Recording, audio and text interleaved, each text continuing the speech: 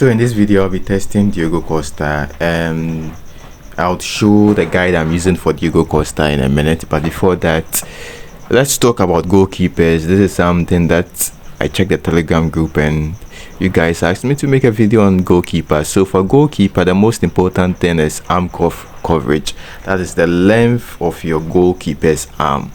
If you want to check how long your goalkeeper's arm is, that is his hands or arm, you'd have to use a certain app called EF app. You can find the app on Play Store. EF app, you can find the arms coverage of your goalkeeper. Diogo Costa has a very high arms coverage, so I'm testing him for this particular match. Also, for the guide, you need catching. Catching is very important for goalkeepers. That's the most important value. However, even if you increase catching, the impact is not significant. By significance, I mean maybe you increase it to 99 and you expect your goalkeeper to be doing some wonderful and exceptional saves. It's not going to happen because it's just likely. Okay, so you need a catching. So first and foremost, the things you need for your goalkeeper: arms coverage. The hands should be very long. Then the second thing is height. How tall is it? Okay, above 180 is okay. Then the final thing is catching. For parrying, that's GK2 and GK1. They are not so important after I've performed so many tests. So after this match, you notice that I'll use a free standard goalkeeper, and you'd see how that standard goalkeeper would also perform. So for now, as you can see, Diogo Costa did one brilliant save already, and that was amazing. So let's see if our opponents can try and make Diogo Costa do another save. So opponent also has Diogo Costa. That's amazing. Let's see which of our Diogo Costas would perform very exceptional. Pass, through pass. And yeah, before the top 1, top 2, top 3 things needed for goalkeeper, I have to say internet connection is also very important. Internet connection can just change the playability, the performance of how. So let's see Diogo Costa. Even though it was offside, that was a brilliant save by Diogo Costa because of the catching ability. Now, if this particular match was so smooth, the shots taken by Mbappe wouldn't have gone straight to the goalkeeper. That is why internet connection has an effect on how your goalkeeper catches the ball. Slow internet connection, it changes the playability of the game. You get me, guys? So internet connection would be number 1. Then number 2 is your arms, the goalkeeper's arms coverage. Number 3 is the height, and number 4 is catching. Number 5 and number 6 are not important. That is number 5, parrying and reach is not important. Number 6, awareness is also not important. I've done several tests to finally notice that those remaining 2 things are not important. So if you want to use Diogo Costa, increase catching. Although there would be some remaining points, you just spend those points on parrying and reach.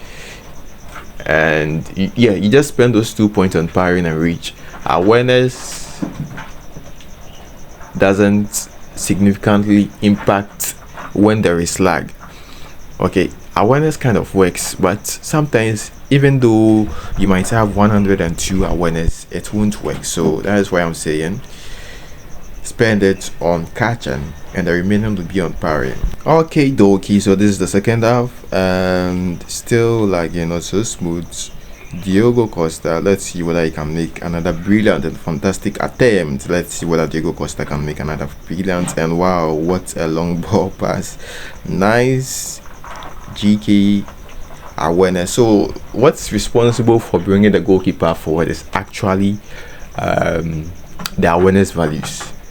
But if the awareness value is very high, it's good, but you'd notice that it won't work when the match is laggy. The awareness value works, but when your match isn't so smooth, it doesn't actually work. So I would say don't increase it for now because it's kind of tricky. You won't always get stable matches, and since you won't always get stable matches, that means the awareness doesn't make sense to increase that value at all. I hope I'm making sense. That is why we need very high weak foot players, and Guti is one of the players who has very high weak foot players. I'll switch to an Epic account, and then I'll use different set of players so that we also see how they also perform. And then there is this back formation. Palmeiras would also try it in the next video. That was a great build up, and Guti used his left, that is strong foot, to take the shots. So that is 1-0 up. Join Telegram channel if you've not joined the Telegram channel. Link is in the video description. Let's move backwards. Okay, and pass. So as I was saying that for your goalkeeper, internet connection is very important. Internet connection is very important. So if you don't have a very smooth internet connection, don't blame your goalkeeper, because the internet connection can change how the game plays. It can change. And to improve internet connection, the most stable trick to improve internet connection is to play early in the morning. I've made several videos on what VPN to use, but as at now, I found out, or I believe that the most effective way to have better connection in eFootball is to play in the morning. That's it. There's no trick that's more effective than playing in the morning. That's the best trick you would find in eFootball in terms of how to improve your internet connection. And another strong girl by, I think, Nyori, I've forgotten his name. He used this weak foot on his left, and that is why we need very high players. And also, the most successful way of scoring is by doing curled shots. That has a very high chance of scoring. All the other normal or regular shots, those kind of shots have a less chance of scoring as compared to curled shots. So if you want to score most of the time, just do a curled / controlled shot.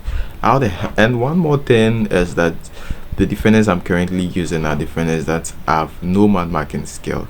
I've told you guys in the Telegram channel that no man marking skill is very beneficial if you want to run backwards, because when you're running backwards, the man marking will drag you forward, and that is very see the way I'm running backwards. Let me rewind this part, you'll see. So I've rewinded it. Let me see if I'll get that part again.